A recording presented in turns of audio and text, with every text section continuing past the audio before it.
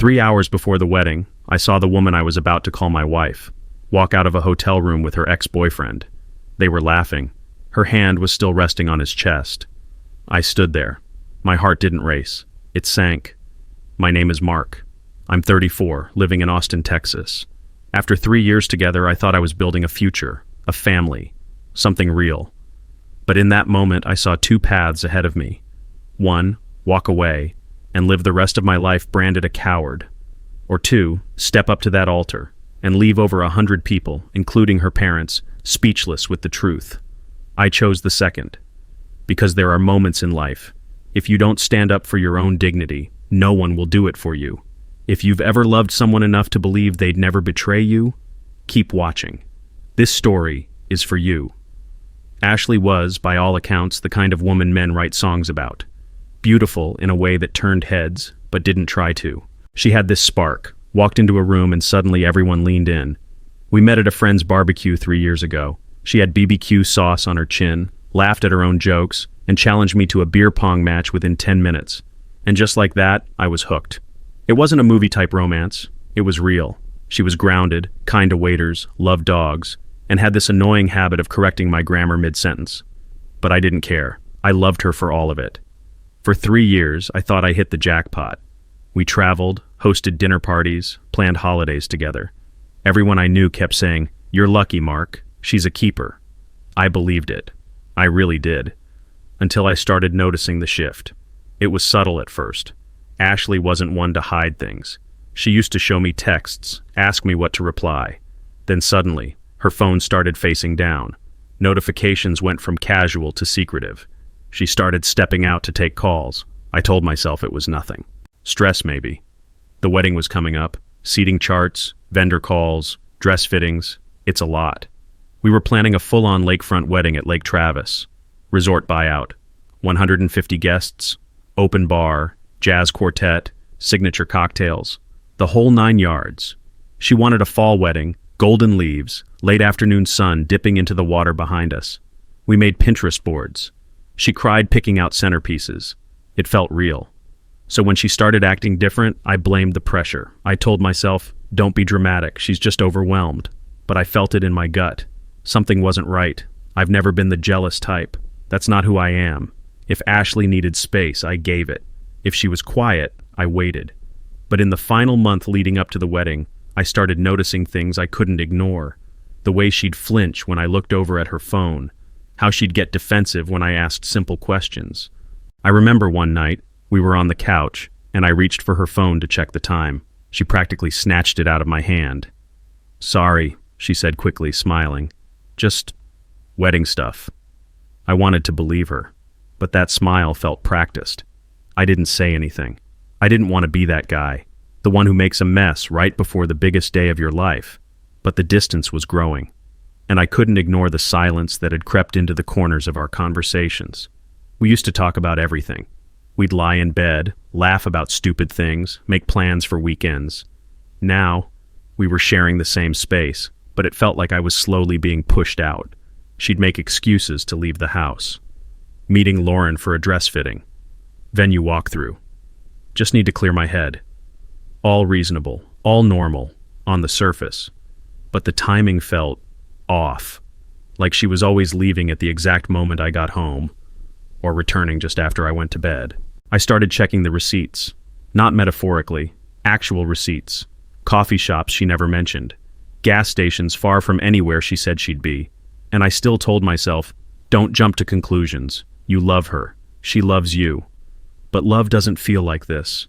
Love doesn't avoid your eyes when you ask, "How was your day?" One evening, Ashley came home late, said she was out with Lauren going over seating plans. She looked tired. Hair up, no makeup, wearing that beige hoodie I loved.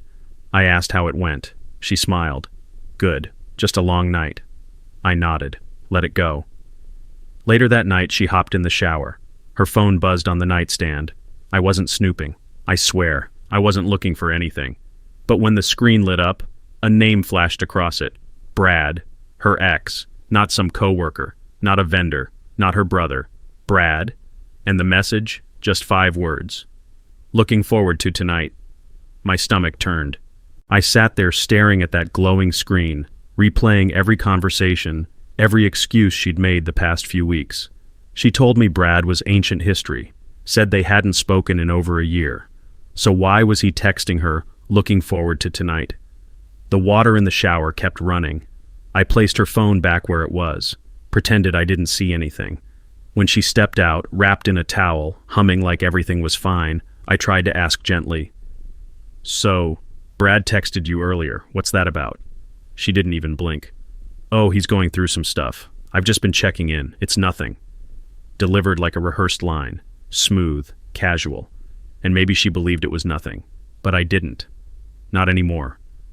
After that night, everything felt fake. Like I was living in a house made of cardboard, one touch away from collapsing.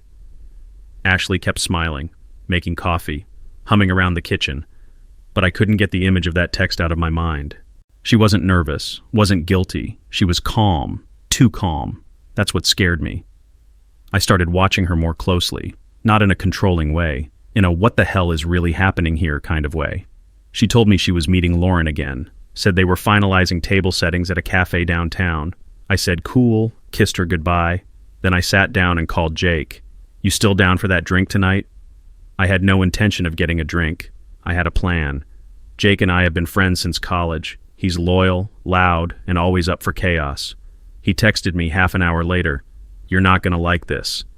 Then followed it with a blurry photo. Ashley, sitting at a dim booth. Not with Lauren, with Brad. His hand was on her wrist. She was smiling at him in a way I hadn't seen in weeks. I stared at the photo for a long time.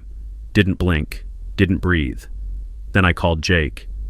"Where are you?" "Roosevelt room, back left corner. They've been here for a while." "Don't do anything," I said. "I just needed to know." I hung up, paced the apartment in silence. So it was true, whatever it was. I didn't sleep that night. Ashley came home around midnight, said, "Lauren sends her love." I nodded, didn't look up. My eyes were on the phone. Her phone, that phone. She crawled into bed like nothing happened, wrapped her arms around me, said, "I love you, baby." And I just stared at the ceiling. That's when it hit me. She wasn't sorry, because she didn't think I knew. She didn't think she had to be. That's the part that stung the most, not the lie, not even the cheating, but the fact that she thought she could get away with it, that I'd never find out, that I'd go up to that altar, smile for the photos, say "I do," and spend the rest of my life married to a stranger. Over the next few days, I watched Ashley drift even further away. She wasn't cold exactly, but she was unavailable. Like her mind was always somewhere else. She'd keep her phone close, too close, like it was suddenly part of her body. Whenever it buzzed, she'd glance at it quick, tuck it under a pillow, or step out of the room. It's the kind of behavior that looks normal if you're not looking for it. But I was. Now I was. I told myself I was overthinking things, that this was wedding stress, that I was the one being weird. But deep down, I knew what it felt like when someone was hiding something. You don't need proof when you've seen the shift. You just know. Still, I didn't want to confront her yet. Not until I was sure. Not until I had more than just a gut feeling and a blurry photo. So I waited, and I watched. Ashley kept using the same excuse. "I'm heading out, meeting Lauren to finalize flowers," or "We're tweaking the schedule again, be back late." Always Lauren, like that name was supposed to erase suspicion. But every time she said it, something inside me clenched. Lauren wasn't the problem. It was how Ashley said it. Too fast, too rehearsed. I remember one evening she was leaving in a hurry, heels in hand. I asked where they were meeting. At her place," she said, almost like it was an afterthought. I nodded, smiled, said, "Say hi to her for me." She paused for half a second, too short for anyone else to notice, but not me. Then she kissed my cheek and left. And I stood there, still smiling, until the door closed. Then I dropped the smile and picked up the phone. I needed Jake. Again.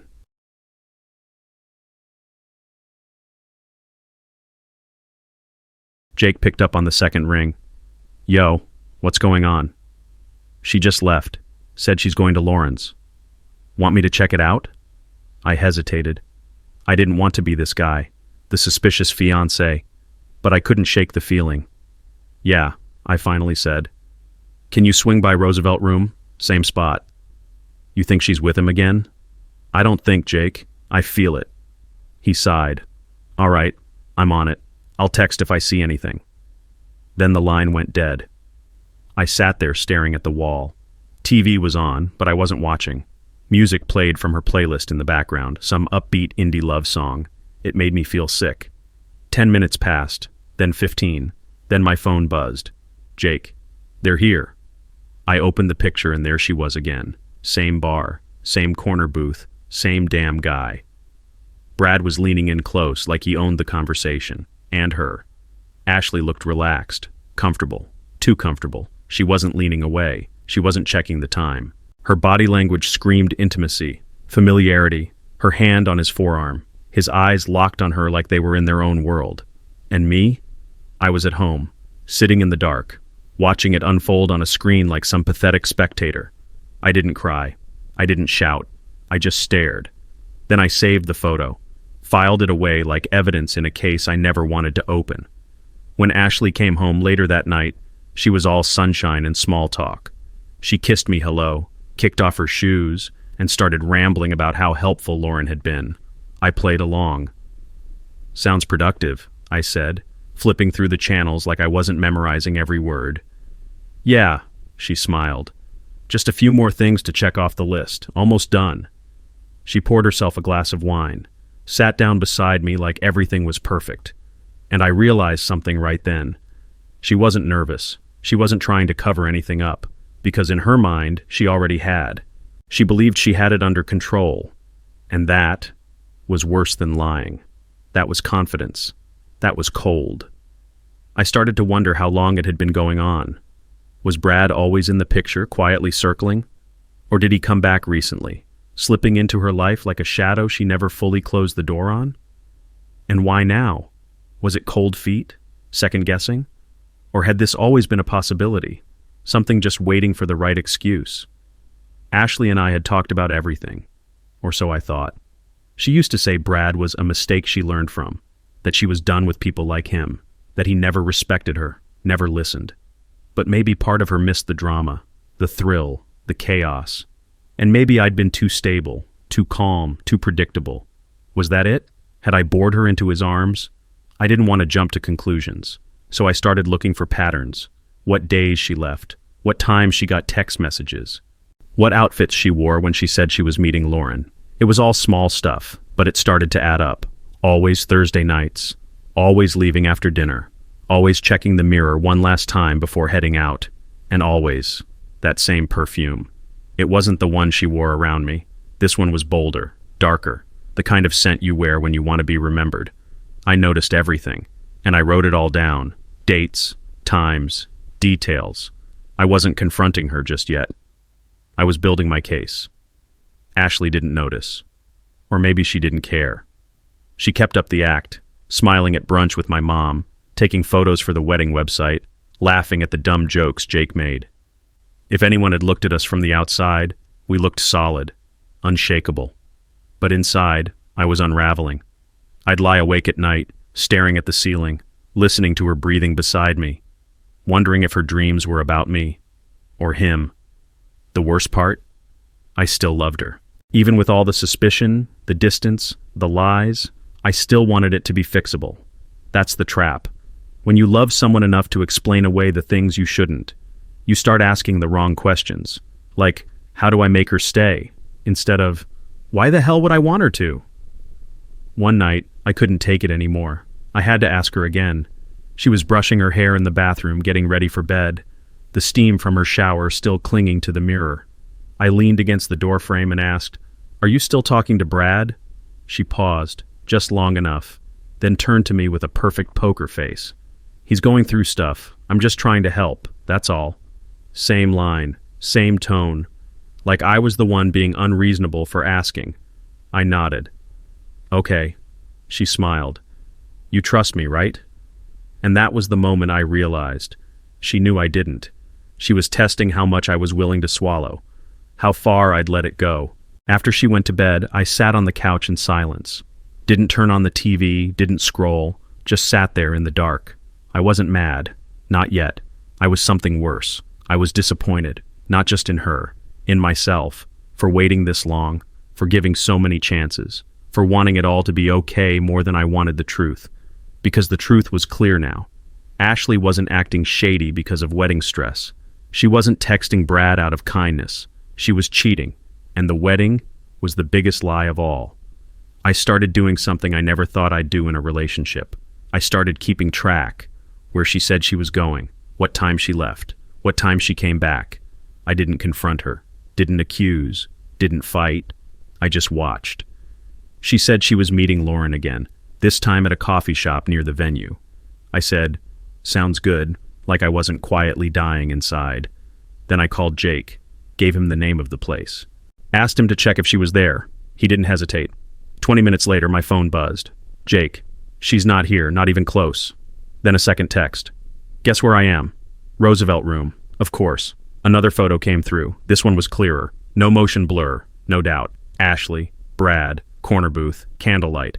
Her hand resting gently on his. She was laughing, not smiling, not being polite, laughing, head tilted, eyes locked on his.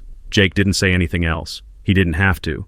I stared at that photo for a long time, and I felt something crack. Not anger, not betrayal, something deeper. Like part of me just gave up. The part that still wanted to believe in her, in us. That night, I said nothing. Ashley walked in a few hours later, pretending she was exhausted from wedding prep. She looked me straight in the eye and said, "Lauren thinks the place looks amazing." I just nodded. "Cool." She kissed my forehead, poured herself a drink, and acted like nothing had happened. It was surreal, like watching a stranger perform as someone I used to know. But I didn't break, didn't flinch, because now I had a new goal. I wasn't looking for explanations anymore. I was looking for confirmation. She was cheating. Now I just needed to prove it. I began doing what she never expected. I became quiet, calm, compliant. I played the loving fiancé again, asked about flower arrangements, nodded when she mentioned guest lists, laughed when she made a bad joke, all while keeping my distance inside. I started documenting everything. Dates, times, outfits, places. Every time she said Lauren, I made a note. Every time she came back late, I logged it. I even started driving past the Roosevelt Room, checking the parking lot. It was always the same. Her car, his car, same nights, same hours. It wasn't random. It was routine.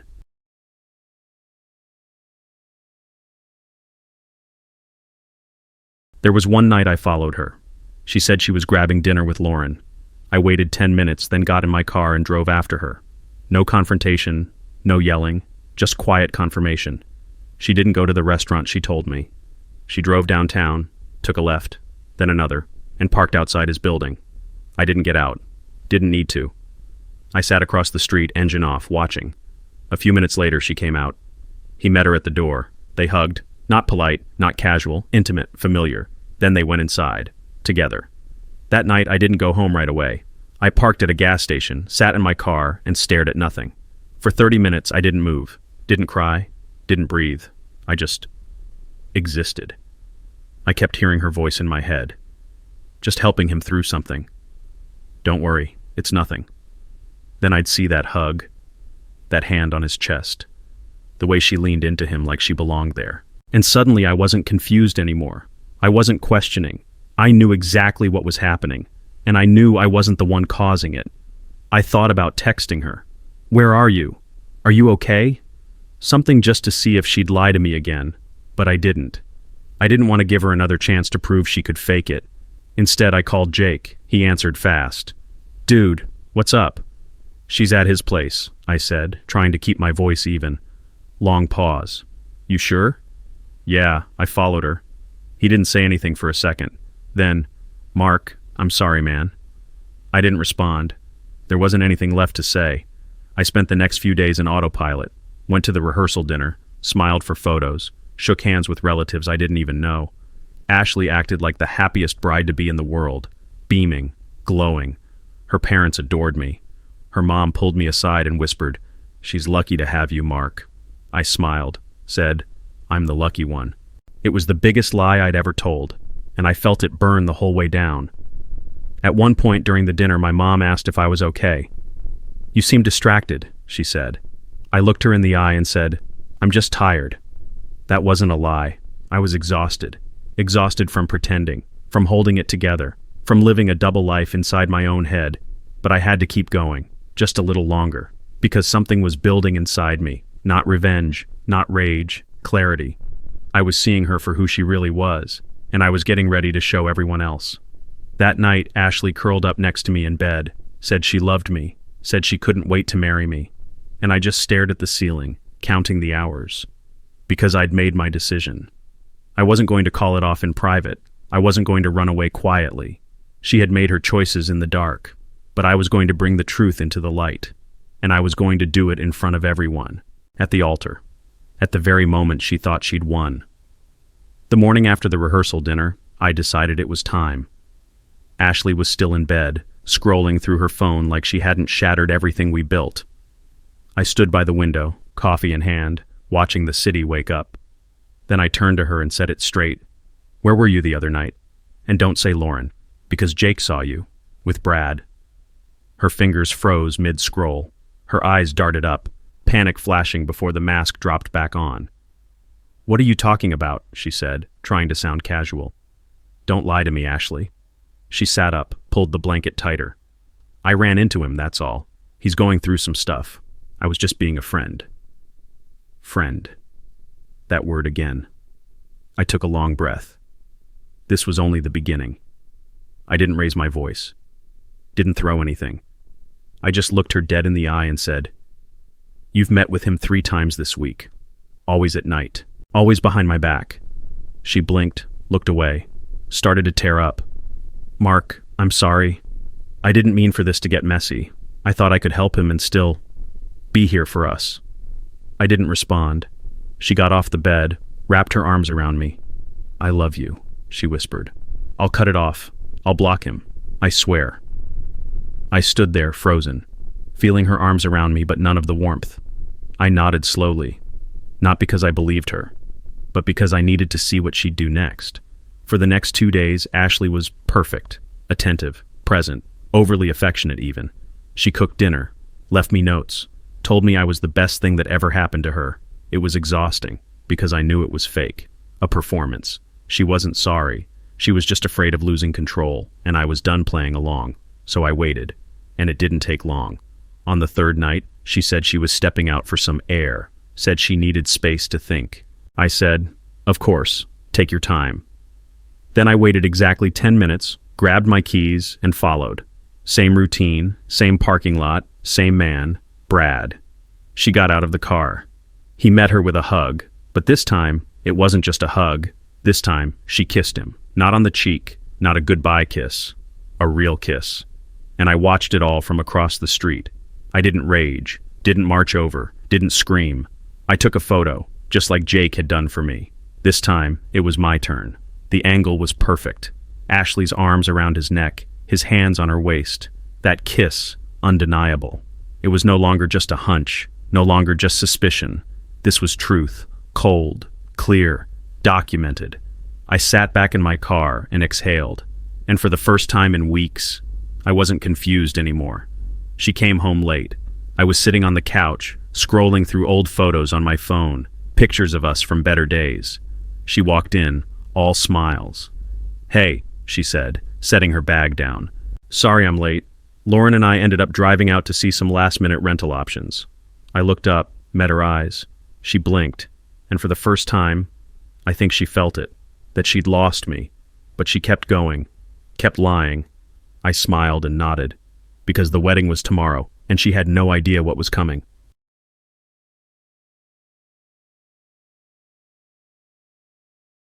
That night I didn't sleep. I stared at the ceiling, thinking about how everything had unraveled. 3 years together, laughter, trips, plans, down the drain. And for what? A man she said was in her past, a man who had already hurt her once. I wasn't perfect, but I never lied, never stepped out, never made her feel less than chosen. And this was how it ended? No, not quietly, not behind closed doors. She had made her choices in the dark. I would speak mine in the light. I thought about calling it all off right then, sending a group message, calling the venue, returning the rings. But it felt incomplete. She'd hurt me in silence, but everyone else still thought she was the angel in white. And maybe that shouldn't matter, but it did. Because they needed to know. Her parents, her friends, our families. They needed to see what I saw. So I planned for the altar. No revenge, no cruelty, just truth. The next morning, Ashley was radiant, excited, buzzing. "Can you believe it?" she said, adjusting her dress in the mirror. "Today's the day." I smiled back. "Yes, it really is."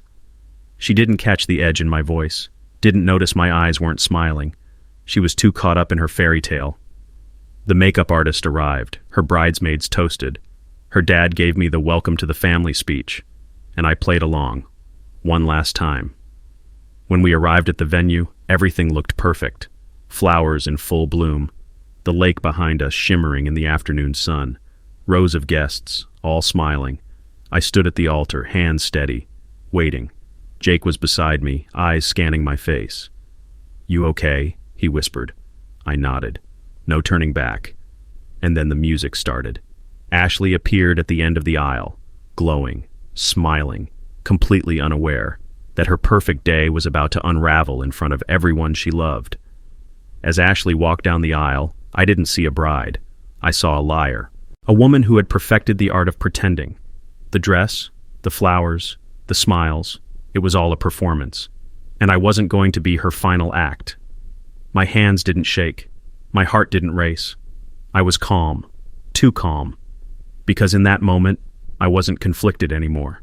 I wasn't wondering what to do. I already knew. I wasn't going to marry her, and I wasn't going to let her walk away clean. The ceremony began. The officiant welcomed everyone with a warm, practiced voice. Guests smiled, cameras clicked, the lake sparkled behind us. Ashley reached the altar and took my hand. Her touch felt cold, like it wasn't even real anymore. She looked up at me, eyes wide with joy. I held her gaze, and I realized something. She had no idea, no guilt, no remorse, no clue. She believed she had me, wrapped, blind, oblivious. But the man standing across from her now wasn't the same man she thought she'd marry. I replayed everything in my mind, every lie, every excuse. Every moment she told me she loved me, while planning to meet someone else. And I remembered what Jake said to me the night before. You don't owe her your silence. He was right. She didn't deserve quiet. She deserved truth, in front of everyone. Not to humiliate her, not to get revenge, but to finally reclaim myself. Earlier that morning, I'd called Jake, told him everything. "Man," he said, "are you sure?" "I'm done," I told him. "I'm not marrying her, but I am telling the truth." Jake paused. Then, "Okay, you want backup?" "No," I said. "Just stand there, and don't look away." He agreed. And now he was watching from the front row, silent, steady, waiting, just like I'd asked. The officiant turned to me. "Mark, do you take this woman, Ashley, to be your lawfully wedded wife?" Time slowed. I looked at Ashley. She smiled, soft, confident, ready. And I said, "I'm sorry, but I can't do this." Gasps. A few people whispered. Others froze. Ashley's face fell. Confusion flashed, then panic. "What?" she mouthed. "What are you doing?" But I wasn't talking to her anymore. I turned to the guests. "I need to say something," I told the room, my voice clear, steady. "This wedding can't happen. Not because I don't believe in love. I do. But because the person standing next to me hasn't been honest." I heard a collective shift. Chairs creaked, eyes widened. Ashley tried to grab my arm. "Mark, please, don't do this." I pulled away gently. "You've been seeing your ex behind my back. For weeks, maybe longer." Murmurs. One woman audibly gasped. Her father looked like someone had punched him in the gut. I continued. "You told me it was nothing, just a friend. But you kissed him. I saw you." Ashley was shaking now. "Mark, stop. We can talk about this. Not here." But I kept going. "You told me you loved me, while lying, sneaking out, living a second life." I reached into my pocket, held up the photo, printed on paper. Black and white, Brad's arms around her, her lips on his. Gasps again. A few guests stood up. One bridesmaid covered her mouth. "I'm not doing this to embarrass you, Ashley. I'm doing this because I deserve better. Everyone here deserves the truth." Ashley dropped her bouquet. Tears streamed down her face. "Please, I made a mistake. she whispered. Don't throw us away. But it was already gone.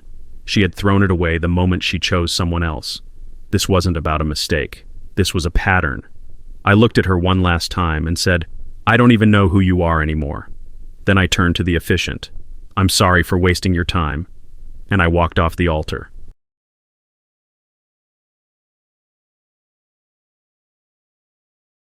The silence behind me was deafening. No applause, no music, just stunned quiet. I walked down the aisle, past confused guests, shocked parents, frozen friends. I didn't look back. I didn't need to. This chapter was closed. Outside, the sun was still shining, but everything felt clearer, like I could finally breathe again. Jake was waiting near the exit. He handed me my jacket. No words, just a nod, and that was enough. We drove away in silence. After a while, Jake broke it. That was brutal, but damn, you did it. I nodded. I had to. I don't think anyone will forget that wedding. I hope they remember the truth. That's all I wanted. We pulled into my apartment lot. Jake reached into the back seat and grabbed a six-pack. Come on, you've earned this. That night we sat on my balcony, said nothing, just drank, let the wind move through the silence. And for the first time in weeks, I felt at peace. The next morning I woke up to over 40 missed calls. Ashley, her mom, a few bridesmaids, even Brad, believe it or not. I didn't answer any of them. There was nothing left to say. I made coffee, sat by the window, watched the city move on while I let go. Let go of the wedding, the betrayal, the illusion. I didn't cry, didn't rage. I just sat still. And sometimes that's the bravest thing you can do. Ashley showed up at my door that evening. She looked like a wreck, no makeup, eyes swollen, hair in a messy bun. She stood there, voice barely a whisper. Mark, can we talk? I didn't slam the door, didn't yell. I let her speak. She apologized, said she regretted everything, said she didn't know why she did it. I didn't mean to hurt you. But here's the thing. You don't have to mean it to destroy something. You just have to do it. She offered solutions. I'll block him. I'll go to therapy. I'll do anything. Just give me another chance. I listened. Not because I was going to say yes, but because closure matters. When she was done, I said quietly, this isn't about Brad. It's about trust. And you broke it. Completely. Her tears came harder. I love you, she said. I nodded. I believe you do, but love doesn't look like this. And I gently closed the door. The days after the wedding were strange. People picked sides. Rumors spread. Some blamed me. Others defended me. I didn't care. I had peace. And that was something I hadn't felt in months. Jake stayed close, checked in every day. So did my mom. Even Lauren, the bridesmaid, called me. Said she had suspected something but never knew how bad it was. I'm so sorry, Mark. She fooled all of us. I thanked her, but honestly I wasn't angry anymore. I was just done. Brad disappeared predictably, ghosted her, blocked her, moved on. He'd gotten what he wanted. Chaos, control, maybe some attention. Ashley tried to contact me again, through emails, notes. Mutual friends, sometimes apologizing, sometimes blaming. You embarrassed me. You overreacted. You ruined everything. But I didn't respond, because she was wrong about one thing. She had ruined it, not me. A week passed, then two. I got back into my routine, work, gym, running by the lake, simple things. The wedding deposit was lost. The venue wasn't refundable. I didn't fight it. Some things, you just let go. One night I found the old wedding playlist on my phone. I listened, not to feel sad, but to remind myself how far I'd come, and how far I wasn't willing to fall again. People asked me if I regretted doing it publicly. And the truth? No, because silence protects liars. And the truth? The truth sets you free. I didn't do it to hurt her. I did it to reclaim myself, my worth, my voice. If I hadn't, I would have spent a lifetime wondering, what if I just said it? Instead, I said it. Loud, clear, final. Sometimes walking away isn't weakness. It's wisdom. Sometimes the strongest thing you can do is stop chasing closure and become it. I didn't need Ashley to understand me. I needed me to understand me. And I do now. I know what I deserve. I know what love is and what it isn't. Last I heard, Ashley moved out of Austin. Brad vanished into whatever hole he crawled out of. And me? I'm still here, stronger, quieter, more certain of what I will and won't allow into my life. I don't need revenge. I don't need validation. I have peace, and that's everything. If you've ever been lied to, made to feel like you were crazy for asking simple questions, told that your gut was just anxiety, let me be clear, it wasn't. And you're not weak for walking away. You're brave. I thought the worst day of my life was getting left in the dark. Turns out, it was the day I believed I had to stay silent.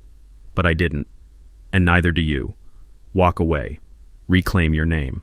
And never apologize for protecting your peace.